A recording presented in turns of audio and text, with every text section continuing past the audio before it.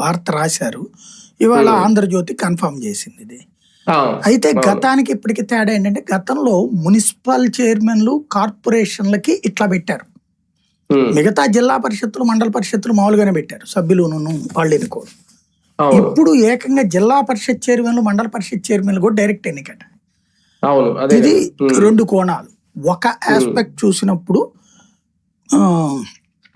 Direct గా ఏది ఈ తర్వాత అంటే ఎమ్మెల్యేలతో తలనొప్పి లేకుండా, ఎమ్మెల్యేలు ఇదంతా టెన్షన్ పడకుండా కూల్ గా చేసేసినట్టు. ఇప్పుడు ఎవరెవరిని, ఇప్పుడు ఫర్ ఎగ్జాంపుల్ ఒక విజయవాడ మేయర్ ఉంది అనుకోండి, ఎమ్మెల్యేలందరూ కార్పొరేటర్లను పెడతారు వాళ్ళ నియోజకవర్గ పరిధిలో.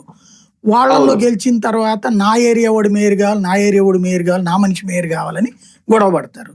వీళ్ళందరూ లోకేష్ మీద చంద్రబాబు మీద ఒత్తిడి, ఈ మళ్ళీ పెద్ద తతంగం ఇదంతా. పల్లా శ్రీనివాస్ మీద ఒత్తిడి తెస్తారా, ఇన్ఛార్జి మీద ఒత్తిడి తెస్తారా, ఇట్లాగా ఇదంతా పెద్ద తతంగం. మున్సిపాలిటీకి అయినా అంతే జరుగుతుంది, కార్పొరేషన్కి అయినా అంతే జరుగుతుంది, జిల్లా పరిషత్కి అయినా జరుగుతుంది. అంటే ఫస్ట్ ఫేజ్ లో కౌన్సిలర్లు అదే ఈ సభ్యులను ఎన్నుకోవడం, వార్డు మెంబర్ల, కౌన్సిలర్ల, కార్పొరేటర్ల, జిల్లా పరిషత్ సభ్యుల, మండల పరిషత్ సభ్యుల, దానికి ఒకసారి మావాడు మావాడు మావాడు అనేది ఒకటి నడుస్తుంది. గెలుపులు అయిపోయాక మళ్ళీ మావాడు మేయర్ అవ్వాలి, మావాడు చైర్మన్ అవ్వాలని ఈ గోళాలు. ఇక ఇది దాదాపుగా ఒక 4-5 నెలల పాటు ఇది ఒక యుద్ధం. ఇంకా మిగతా